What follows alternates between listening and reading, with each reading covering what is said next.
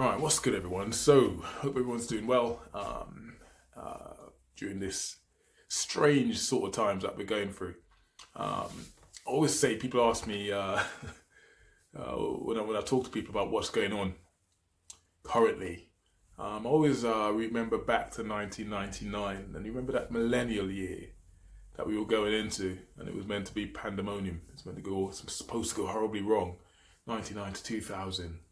The new millennial, everything was supposed to go wrong.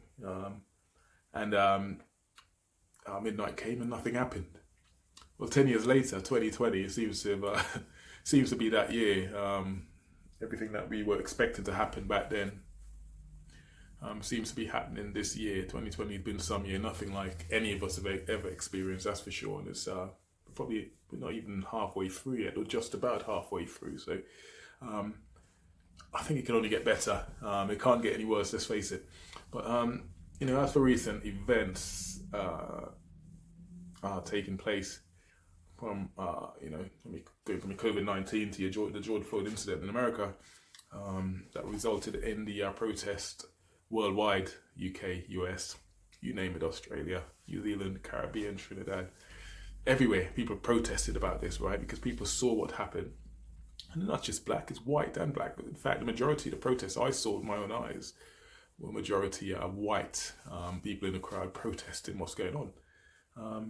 But then obviously you have the other side. You have the anti protest, or the people anti the protests, and what's gone on in relation to George Floyd, in relation to what's happening in America, especially here in the UK. And I can only talk from a UK perspective because that's where I currently reside. Now, it's very interesting to see what's gone on. It's almost like a massive divide. I just don't seem to understand. I don't get it. I don't fully understand the reaction to what we saw in America. In more ways than one, I think people sort of assert, or people say, oh yeah, well, that's in America, that's not the UK, that doesn't happen over here. So why is it people are going out on the streets and protesting? You have to be clinically, or you have to be medically insane, or clinically insane, whichever phrase you want to use. You have to be diagnosed as suffering from some sort of mental health. It's not making light of that issue. To go out on the streets during a pandemic, risking your life to protest something that doesn't affect us here in the UK, that is illogical. It makes no sense whatsoever. So clearly there's hundreds of thousands of people, maybe millions of people in the UK that feel a certain way about what happened to George Floyd, black and white. So who are we to then ostracize these people, call them names and say, oh no, this doesn't apply to the UK, this, that.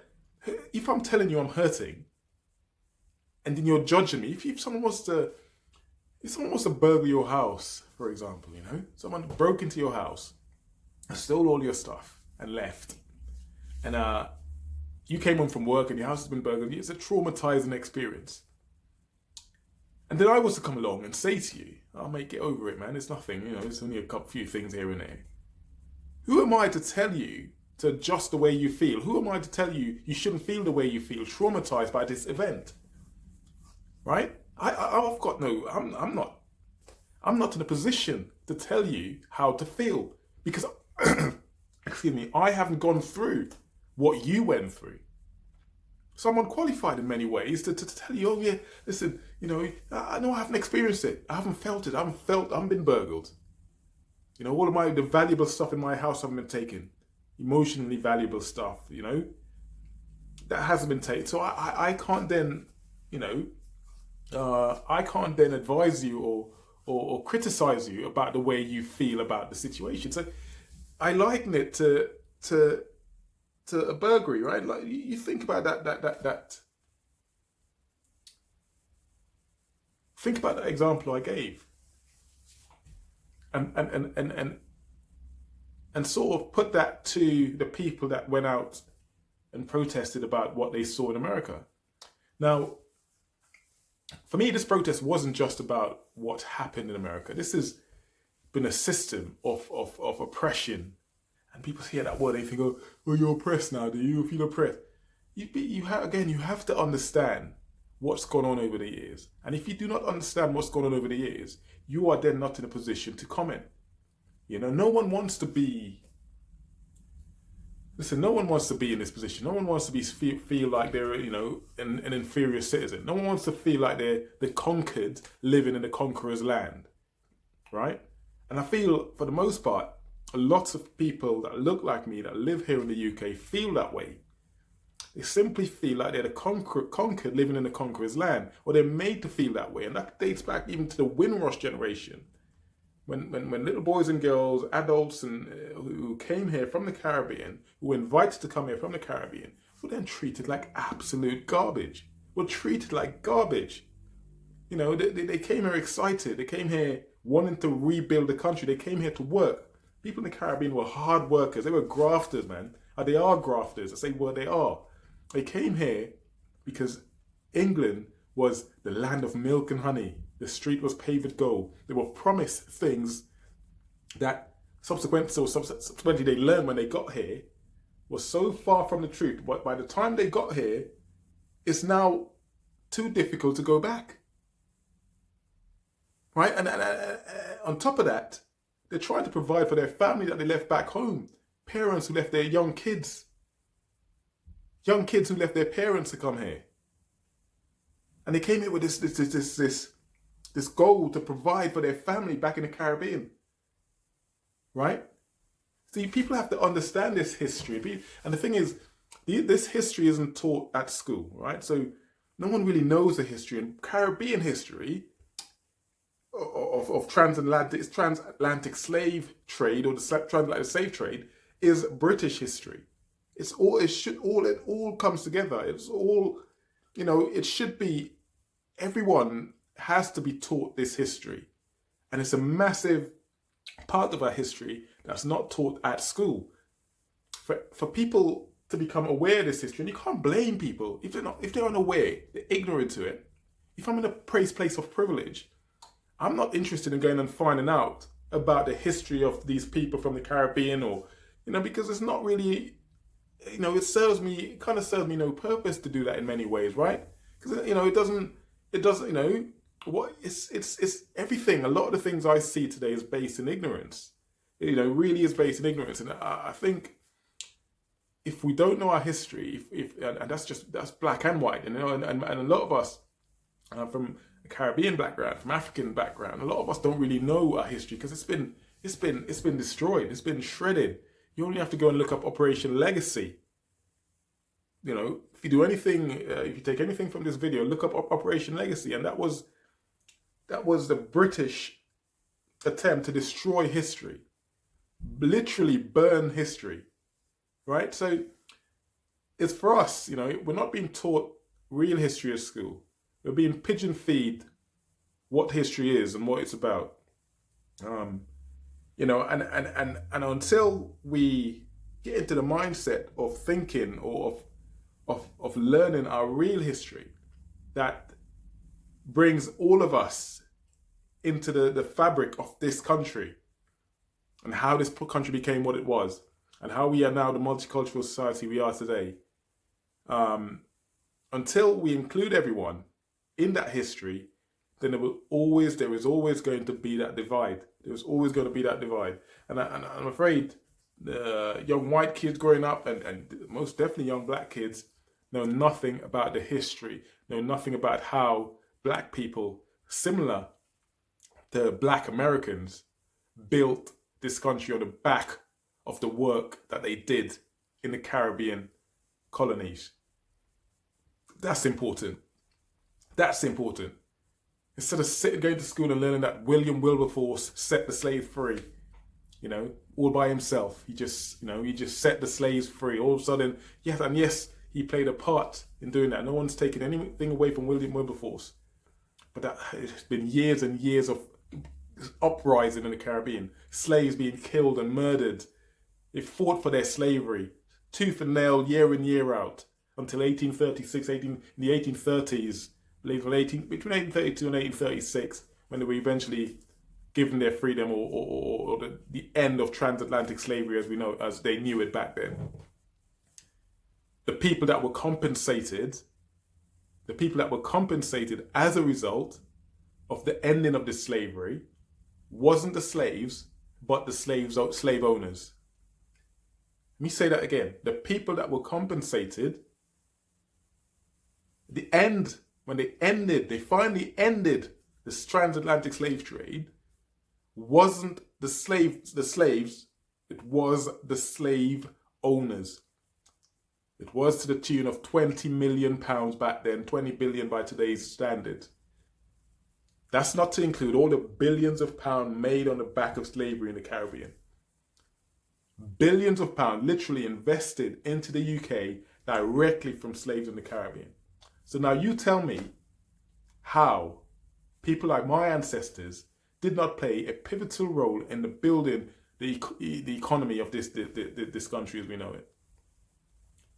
So how many people know this out there? How many kids are taught this at school? How many kids are aware of this? No one. They just see, go back to what I said, you are seen for the most part as the conquered living in the conqueror's land. I saw Afua Hurst, Nick Ferrari on Sky News about a week ago, where she was talking along the same lines, talking about the pulling down of statues. And Afia was giving her argument as to why she deemed it reasonable to take it down of certain statues, and I agreed with her. Nick Ferrari then turned to her and said, well, if you don't like it, why don't you leave the country? Now, it's incredible to me that in 2020, a man in 2020 could sit in front of an audience on Sky News on live TV and say to a black woman, if she doesn't like it, leave. That's incredible to me. But he's allowed to get away with that because it's almost like the Donald Trump era, right? Certain things I felt like you couldn't say, you probably wouldn't say that probably 5 years ago, post fake news, post Donald Trump.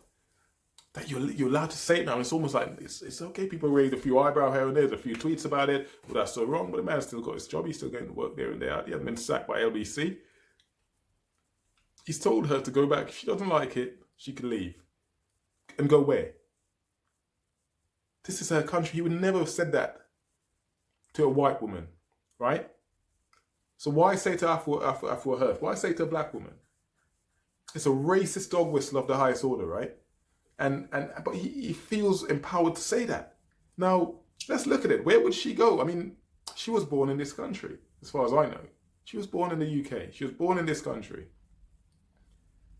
Now, where are you suggesting that she goes? Now, what people don't understand, people believe that we all somehow just appeared, or we just left somewhere. We left the Caribbean and came to the UK. We left Africa and just came to the UK or whatever. Right? We left wherever we came from. We were born and came to the UK. Now, let's look at this in details. Right? My ancestors did not choose to go to the Caribbean and plant sugar and coffee and be slaves. So all this nonsense, you hear this nonsense sometimes as well. The slaves sold the slaves and the slaves sold their people and all this nonsense. I mean, if you the most ridiculous argument, the most ridiculous thing I've ever heard. If you believe that, then you better get your head checked. If you believe that slaves sold their own, or slaves sold, it's just really. I mean, again, it's a straw man argument. It's deep into white supremacy and hatred to believe that the slaves sold their own. That's what happened back then, and that's the end. It's nonsense. Right, this is why I say history is important, and people need to learn. You think the slaves sold their own. Is that why they fought so? They fought so rigid. Slavery was horrendous, and it's still. There are people today will say, well, I didn't do it. I had nothing to do with it, but your ancestors did.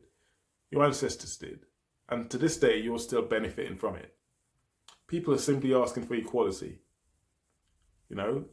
People want the same thing for their family growing up. People want equality. People want the same. You want the access to the same things. We want to be, they want equality. And that's, again, going back to the march, the protest in London and worldwide. recently. This is what people are asking for. This has gone far and beyond the George Floyd incident now.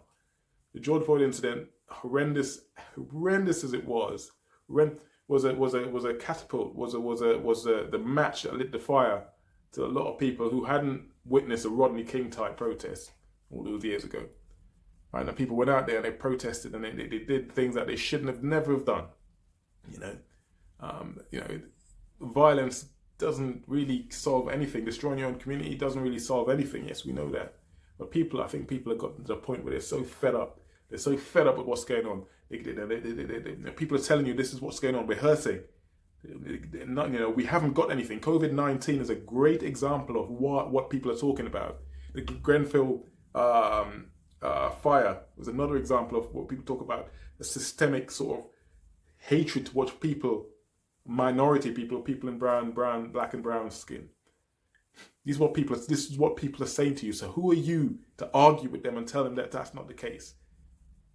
When you look at how COVID-19 has affected us as a community, the people coming from that community, look at the numbers. I believe we were something like 4 times more likely to die from COVID-19 as opposed to white people. And they've done all these research to see if it was something genetically that caused this to happen. People say, because the black skin don't absorb or doesn't absorb the sun as good as white skin. Lack of vitamin D, blah, blah, blah. They did all this research, and you know what they came up with in the end? That we are systematically poorer than our white counterparts.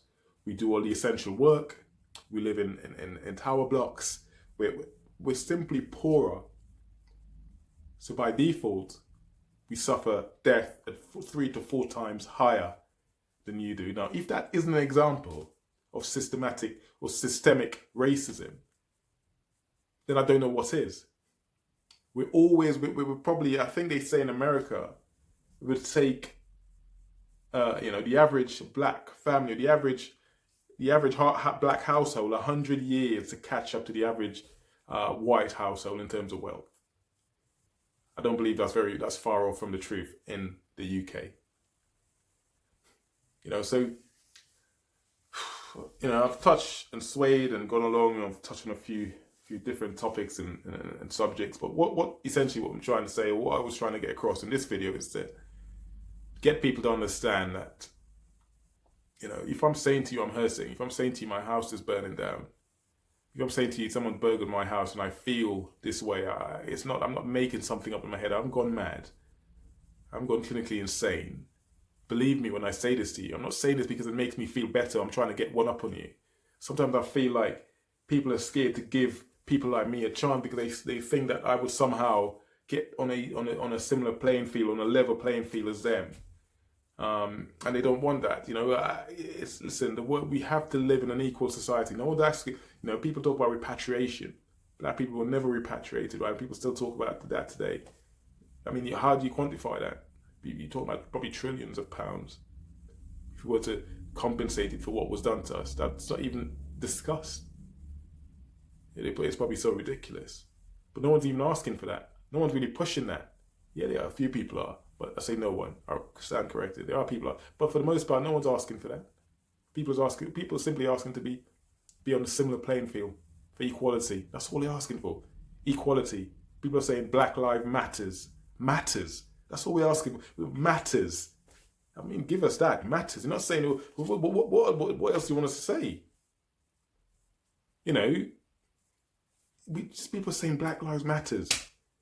And people are counteracting that with All Lives Matters. Are you that thick to not see? That's essentially what we're saying, or what people are saying.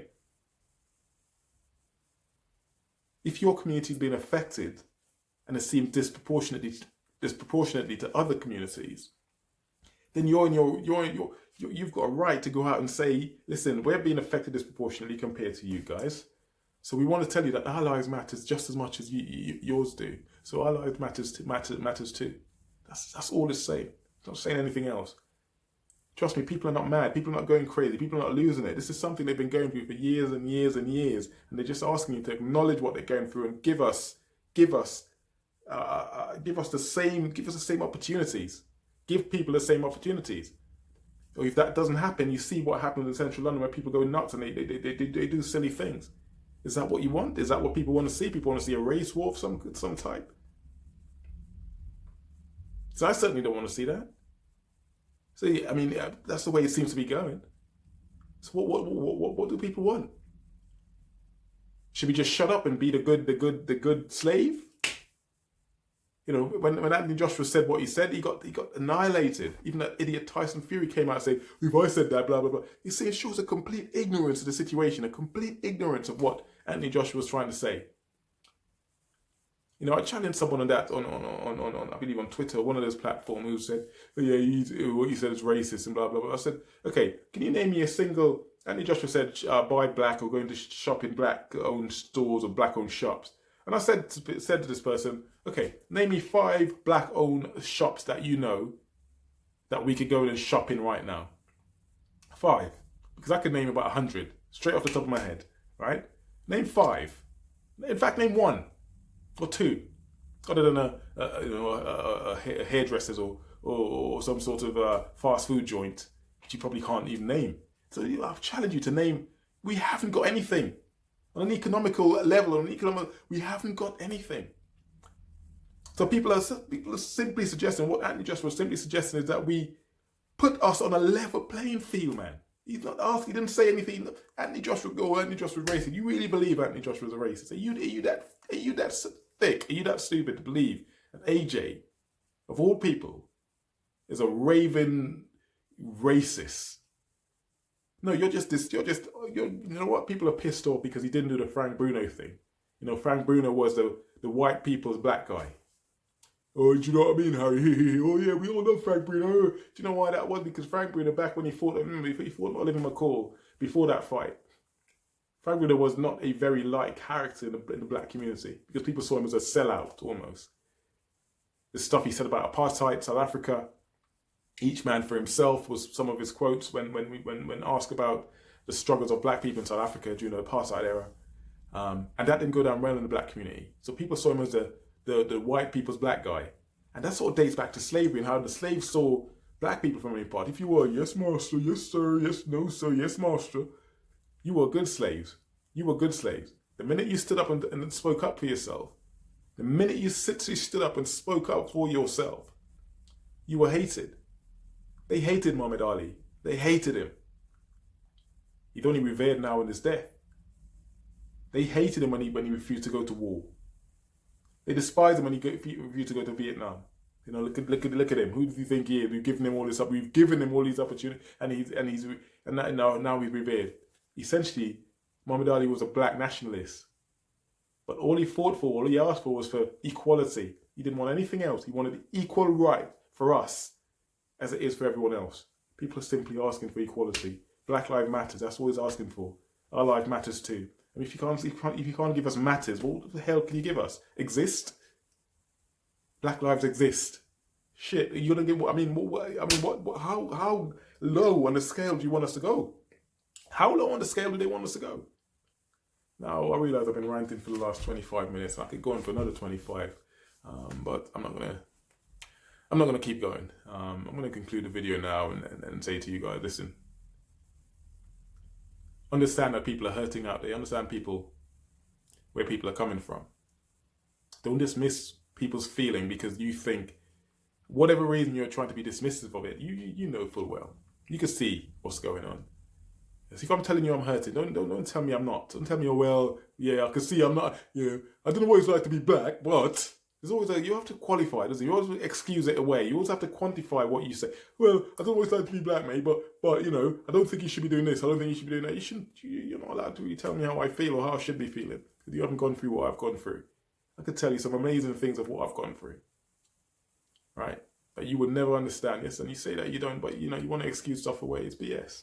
Come on, listen to people. Listen to what we have to say. I'm asking you to feel our pain, but we're asking you to give people the opportunity they deserve. You know, and with that, I conclude the video. Gone on for a bit now, and I hope everyone's safe. I hope everyone's keeping well, and hopefully I catch you guys on the next video. I hope you guys subscribe to my page and I get back to bodybuilding stuff. But yeah, I love my politics. I love delving into these social economics issues sometimes as well. So I'm tuning in, subscribe, and I'll see you guys on the next video. Peace.